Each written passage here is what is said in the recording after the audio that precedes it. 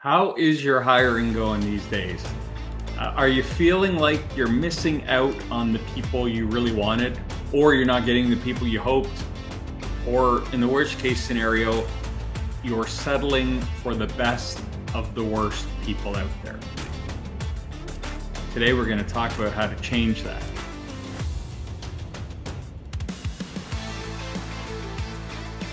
Welcome to the Key Hire podcast for small business. My name is Corey Harlock. I'm the creator of Key Hire, and I'll be your host today. You're going to be stuck with me. No guest today, just a rant from yours truly. But what I really want to focus in on here today is the mindset of the small business owner when hiring. And I've really kind of transitioned into, it's a competition mindset. We need to have a competitive mindset. And what do I mean by having a competitive mindset? It means we have to understand we are competing. When we look at the current market, it's gotten a little looser, but the reality is from now and for our lifetime, potentially, there are going to be more jobs than there are people to fill them. That number sits around 0.7 or 0.8 people available to fill your job. Now, simple math tells us that's less than one. What it means is we have to understand when we're looking to hire someone into our business, in particular a leader, that what we're offering matters. We have to take into consideration everything, right? We talk about this, the 7 candidate drivers, why they're looking for work, right? We have to understand that people have a standard of living they want to at least maintain. And the schedule we're offering matters. Is it an in-office? Is it a hybrid? Is it a remote? All those things shape how attractive your offer is. And if you're playing pee-wee baseball and you're trying to go to the big leagues, the competition is going to eat you up. And so how, as a small business owner, can we tilt the playing field in our favor and be competitive in the way, in who we hire, how we hire, why we hire, and that mindset that we have? So let's walk through a couple things that might help you. Number one, when you are hiring someone and you like them, I can guarantee so does someone else. If someone is looking for a job right now, and generally I'm talking about people that are employed and looking to transition. You might want to call those passive candidates, but these are people that don't need your job, but they're something going on at their current job and they're looking to do something new. So if you get your hooks into someone and you're thinking, man, this person is great, I can guarantee you at least one, maybe two or more other companies are thinking the exact same thing.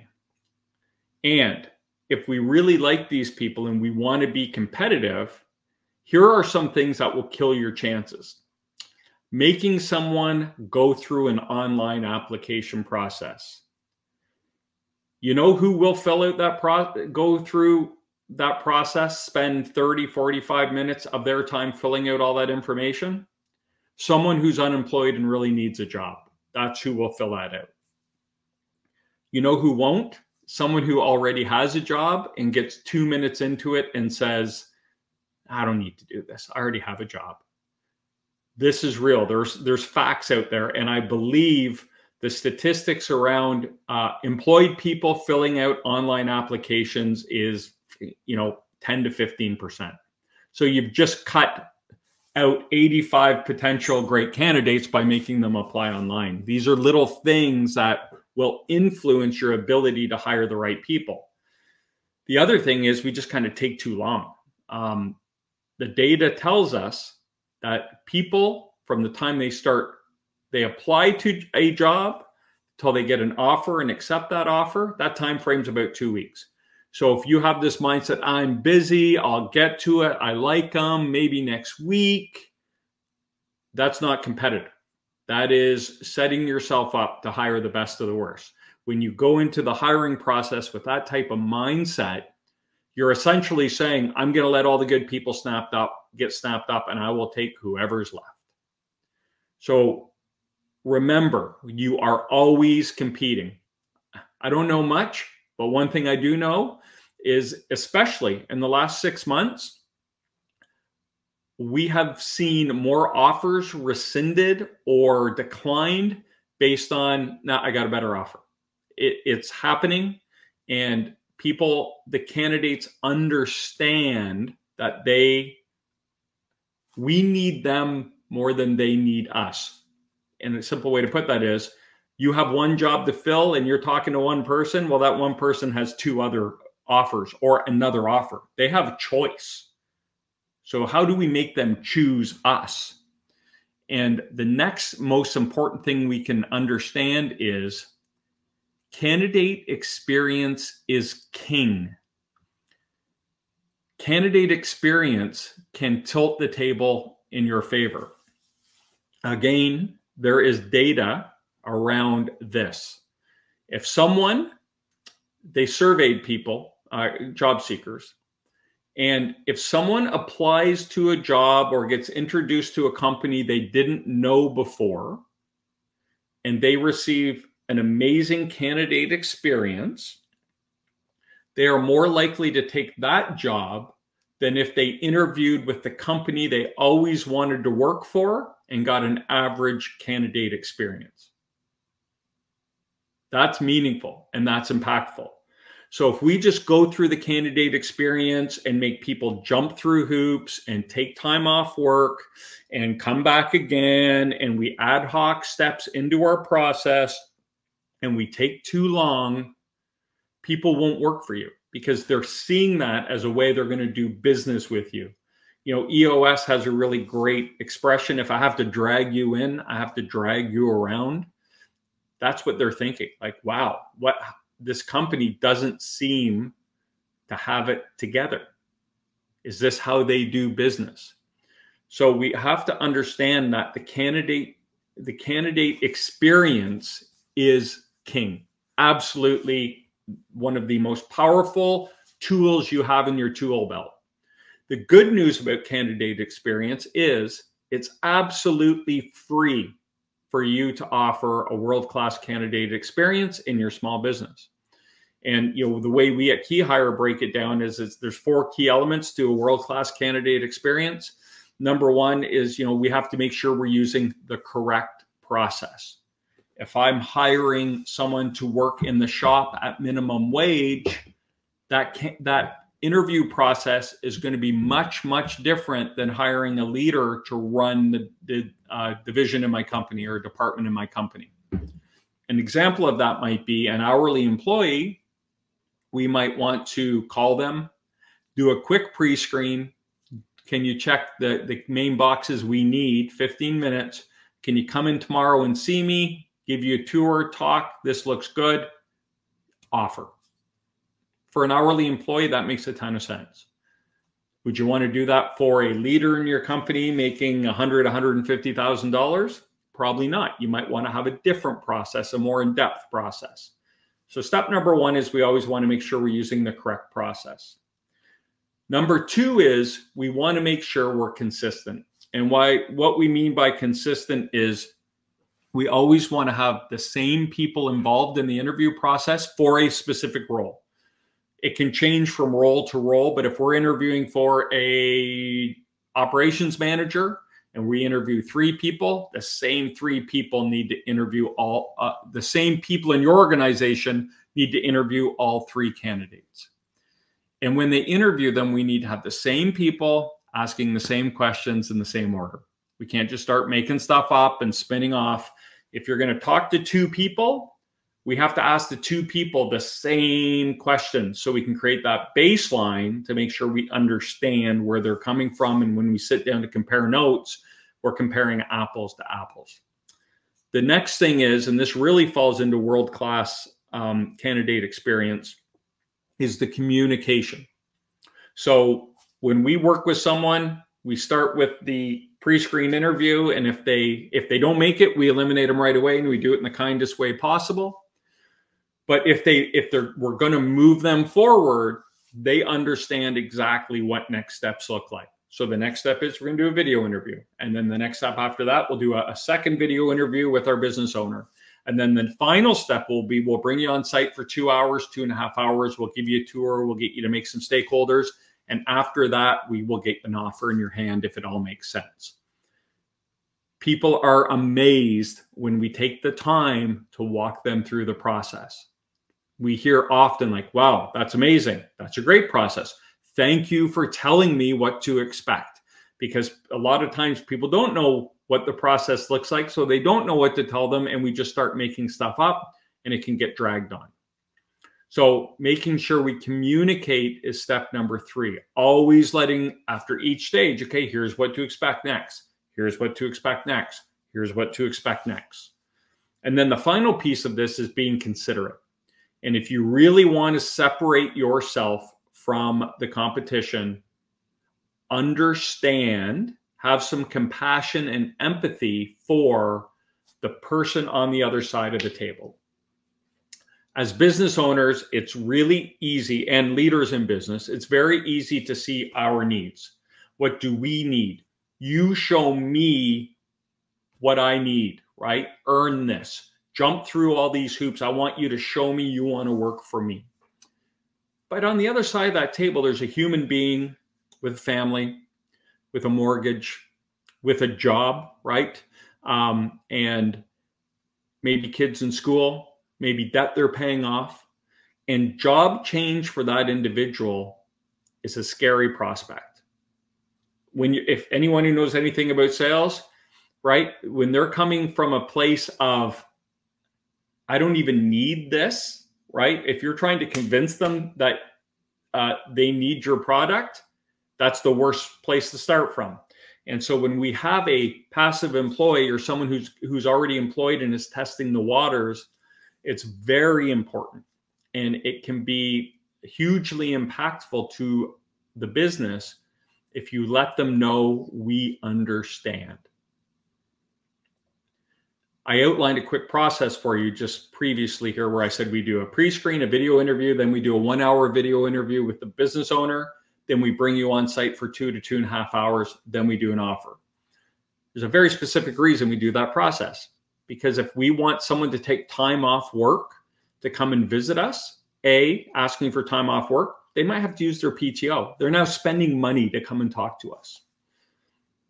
They have to sneak out. Oh, why are you leaving? Why are you dressed nice? There's a little extra heat on them. Then they have to walk in your front door while they're gainfully employed by another company, and that company is paying their bills and paying their mortgage and paying for the kids' schooling, and they have to interview with us. And so we want to minimize the impact on them. We always want to be thinking about how can we do this together. So as a business owner, I can be exhaustive and efficient in my process, but I can also be considerate and understand what I'm asking of you, the job seeker, who is gainfully employed, and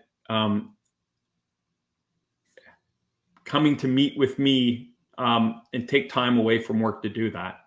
So understanding that and being empathetic to it is huge. And when we say to our candidates that are going through the process, when they say, oh, you know, Corey, my boss wants me at my desk from 9 to 5. Is there any other way to do this? We say, yes, of course. We do not want to put you in jeopardy. We do not want to put you in harm's way. The last thing we want to do is make you uncomfortable or put you at risk in your current job, because we understand that's important to you. And immediately people are disarmed by that. And they say, wow, thanks. Like, okay, so how could we do this? And we work with them to get it done. It's easy to do. It's free to do. And it's game changing.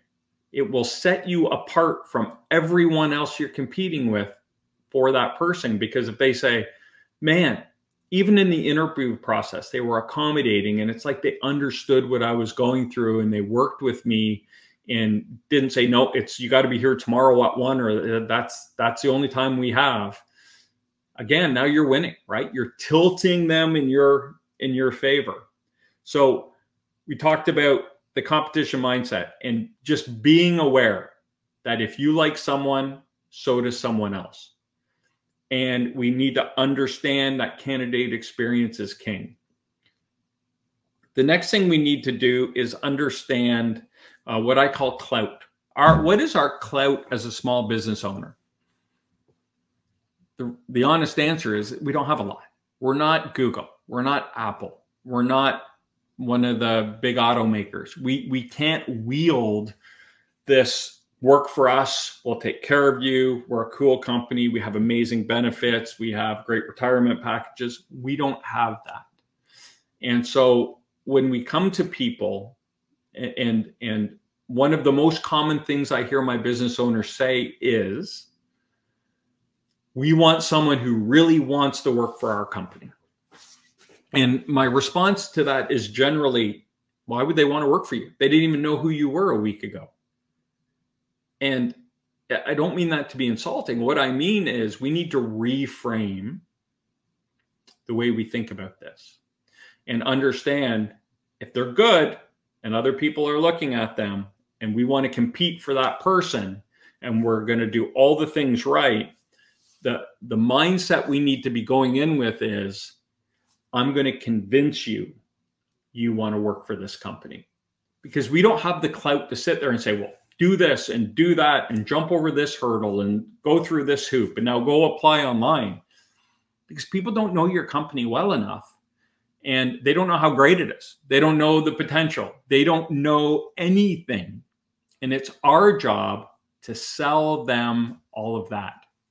And we're always selling through the process, right? By being considerate and communicating and being efficient and exhaustive in our approach. People appreciate that. When you're fast, thorough, you're communicating with them, and we're being considerate of what we're putting them through, we already have them tilting towards us. And we can't demand they do things the big guys do, because we can't offer the things the big guys do. And so that's the next thing we have to do is, what are we offering? In terms of clout, we don't offer a big name. We don't offer a fancy benefit package in most cases. We don't have all the bells and whistles of the big companies. So what are we offering? And in most cases, what we're offering is a chance for this person to have influence and impact in a business. If they're coming from a big company, we'll use a silly example, like McDonald's. And if I work at McDonald's and I have a great idea for the Big Mac and I go to my boss and say, hey, I think here's what, we should update our Big Mac and here's what I would do with it. They're probably going to say, that's great. Just go back and do it the way we told you to. And what will happen oftentimes in people's career is they may move back and forth from small to mid to large companies.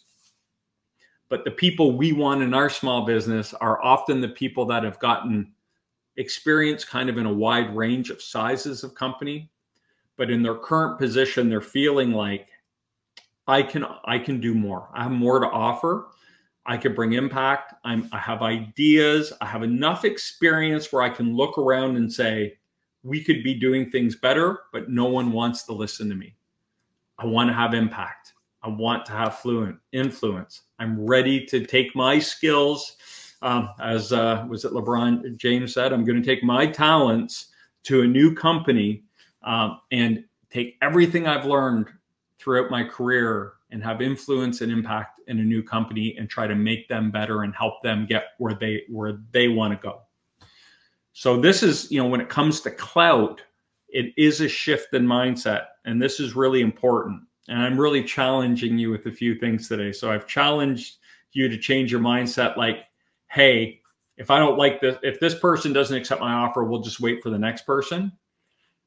the next person might not be as good, and they may be a long time coming. And, we might be stepping over the right person to get to an average person because they're willing to wait for us and all those good things, which falls into category 2.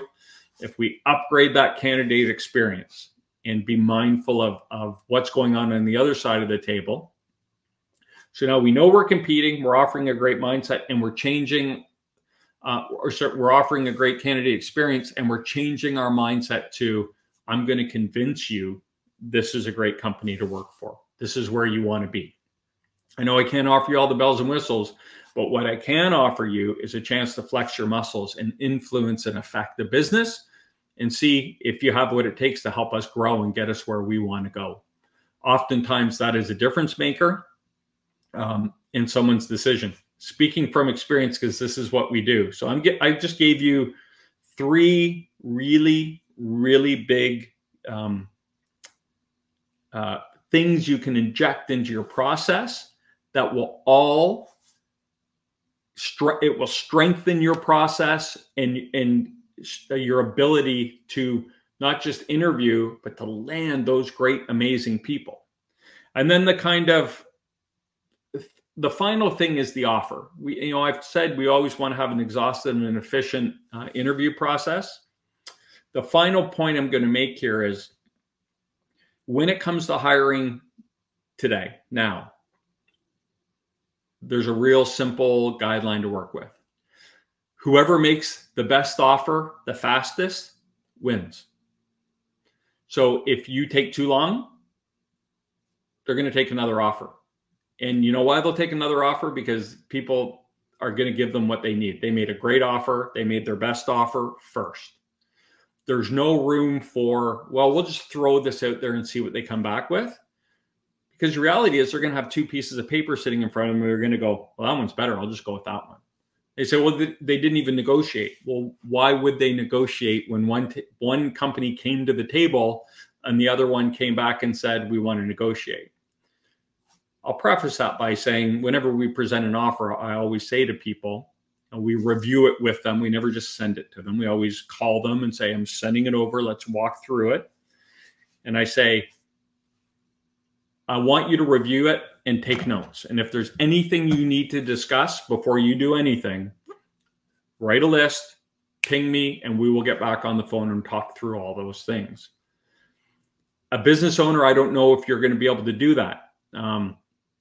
If you can, that's amazing. But when it comes to the offer, this idea of, well, we're going to, maybe let's back up. Why are people looking for a new job? Yeah, they might be a little kind of frustrated in their current role. Maybe it changed, new leadership, don't like the direction of the company, they didn't get a promotion, whatever. They're frustrated to a point for whatever reason. But when people change jobs, something's happened that's made them look. But people aren't changing jobs to break even either. Everyone is looking for an increase. Everyone is looking to provide better and more for their family. People are looking for a bump in base. People are looking for a better incentive program. People are looking for benefits. People are looking for PTO. In some cases now, I mean, some roles, these flexible roles where you can work at home, I'm doing a couple finance roles right now, and the most common response I've gotten is, if it's not 100% remote, I'm not interested. And none of these roles are 100% remote. And so we're eliminating, we're forcing a large chunk of the candidate pool out of contention just by putting that stipulation in there. And that's fine. We can do that. We just have to go through the steps, because every job is perfect for someone. But my point being, people are looking to make improvements as well when they leave a job. They're not looking for the same base. They're not looking for the same incentives. They're not looking for less PTO. They're not looking for a worse schedule. Now, will they take a worse schedule for more money? Potentially. So these are all the things we need to take into consideration. But if we understand that we are competing with someone else for the talent we really want and are really excited about it, if we like them enough to make an offer, you have to make your best offer first. And then they might still come back and negotiate and take you a little bit out of your comfort zone. But you have to be open to that. It's not an insult. These are just people trying to do the best they can and do what's right for their family and make a better life for their family, right? They have a standard of living and they're trying to improve that. We all do it. And so we can't take it personally. But all that to say, whoever makes the best offer first wins. And so don't mess around with offers. Well, I don't know. We could go 180 or, you know, maybe it's like, well, we could go 100, maybe 105. Just go 105. Just do it because you're going to be competing with someone else. And if that 100 is 100 and the other company is 105 and all things are equal, they might go, well, I'll take the extra $5,000. And I don't have to talk. I can just sign this paper and be done with it. I don't have to go through an awkward conversation and negotiation. I don't have to hurt anyone's feelings. It's a path of least resistance. As much as you hate negotiating offers, so do candidates. And they don't do it to piss you off. They do it because they're trying to get what's best for them and their family. And we have to understand that. So that is my rant on competition, competition mindset when hiring. The crux of it all is, if you like someone, so does someone else. And you are always competing for the best talent out there. I'd love to know what your thoughts are. You can always ping me and let me know. There's a couple ways you can get in touch with us. You can check out our website at www.keyhire.solutions. I'm waiting for Matt to flash it up. There it is. And on the website, you can even see we have a free consultation. If you want to chat about your talent situation, your strategy, we are a help first company. We'll always talk to people about how to build a better hiring process, how to structure an organization, how to deal with a tough employee, whatever that might be. So you can schedule a conversation with us. No weirdness, no sales, just help. You can always check us out on our LinkedIn page. Where are you, Matt? There it is. Follow us on LinkedIn, Key Hire Solutions. You can check us out on YouTube, Key Hire Solutions. You can see all of our video and content on there. There it is. And Matt, did I miss anything? You always, as always, listen to the podcast, Key Hire Small Business Podcast on any of the major providers. We have cracked the top 100 in Spotify and Apple. Man, I think we've been in the low 80s in Spotify and Apple for the last couple of weeks, which is very cool. So we thank you for all your support there. So that's my rant on competition mindset is hiring. You know, for us, we just want you to get where you want to go. I'm a direct communicator, so sometimes it feels like I might be beating you up, but I'm not. I just want you to get real good information so you can make the right decisions about where you want to go. And if you want to continue the conversation, you know how to reach me. So thanks so much for listening. My name's Corey Harlock. I've been your host. And until next time, stop grinding and start growing.